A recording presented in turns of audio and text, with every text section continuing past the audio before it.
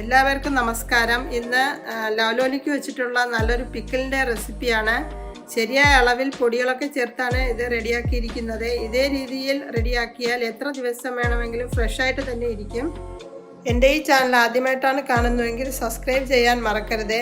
Pickle തയ്യാറാക്കാൻ 250 gram അളവിലാണ് ലവലോലിക്ക് എടുത്തത്. അത് നല്ലപോലെ വാഷ് ചെയ്ത് എടുക്കണം.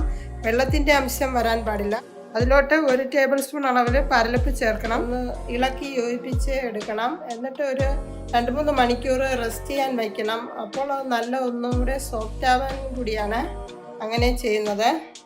അപ്പോൾ അതെല്ലാം നല്ല മിക്സാക്കി എടുത്തു. ഇനി നമുക്കത് അടച്ചു വയ്ക്കാം. നമുക്ക് പിക്കിൾ തയ്യാറാക്കാൻ വേണ്ട പൊടികൾ എന്തൊക്കെയെന്ന് നോക്കാം. മുളക് പൊടി, വറുത്ത ഉലുവപ്പൊടി, പരലുപ്പ്, ശർക്കര, കടുക്, വറ്റൽമുളക്, കറിവേപ്പില, നല്ലെണ്ണ, വിനാഗിരി, ആവശ്യത്തിന് കായം ഇതിൽ കാണിച്ചിട്ടില്ല. ഇപ്പോൾ അത് റെസ്റ്റ് ചെയ്യാൻ വെച്ചിട്ട് ഏകദേശം 3 മണിക്കൂറായി. ഒരുവിധം സോഫ്റ്റായി വന്നിട്ടുണ്ട്. ഓക്കെ, ഇനി അടുത്ത സ്റ്റെപ്പ് എങ്ങനെയെന്ന് നോക്കാം. ലോ ടു മീഡിയം ഫ്ലെയിമിലാണ് വയ്ക്കേണ്ടത്.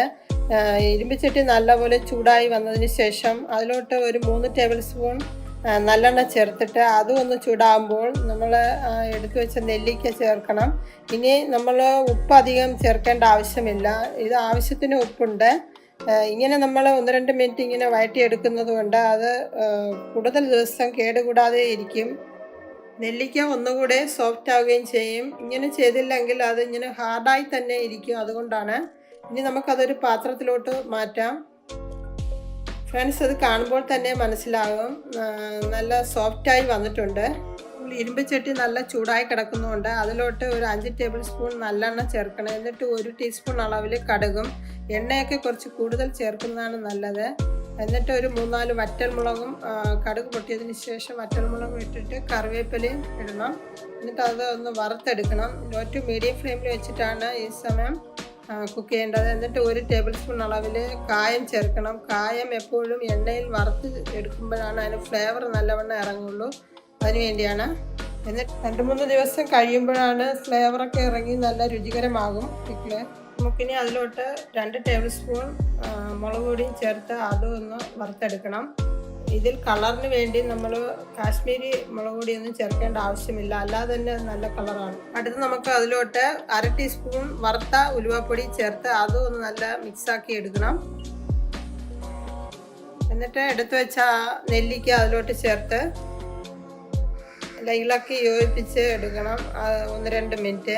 അതിൻ്റെ മുളക് പൊടിയുടെ ഇതെല്ലാം അതിൽ നല്ലപോലെ പിടിക്കാൻ വേണ്ടിയാണ്. എന്നിട്ട് ഇനി നമുക്ക് അതിലോട്ട് 1 കപ്പ് അളവിൽ ചൂടുവെള്ളം ചേർത്ത് 1-2 മിനിറ്റ് ഒന്ന് ചെറുതായിട്ട് കുറുകി വരുന്നത് വരെ ചൂടാക്കി എടുത്താൽ മതിയാകും. ഇപ്പോൾ ചെറുതായി കുറുകി വന്നിട്ടുണ്ട്. ഈ സമയം 1 ടേബിൾ സ്പൂൺ അളവിൽ ശർക്കര ചേർക്കാം. ശർക്കരയ്ക്ക് പകരം പഞ്ചസാര ആയാലും മതിയാകും. അത് ടേസ്റ്റ് ബാലൻസ് ചെയ്യാൻ വേണ്ടിയാണ്. പുളിയും മധുരവും ഉണ്ടെങ്കിലേ ഇത് നല്ല രുചികരമാകുള്ളൂ. അതുകൊണ്ടാണ്. ഇനി നമുക്ക് അതിലോട്ട് 1 ടേബിൾ സ്പൂൺ അളവിൽ വിനാഗിരി ചേർക്കാം.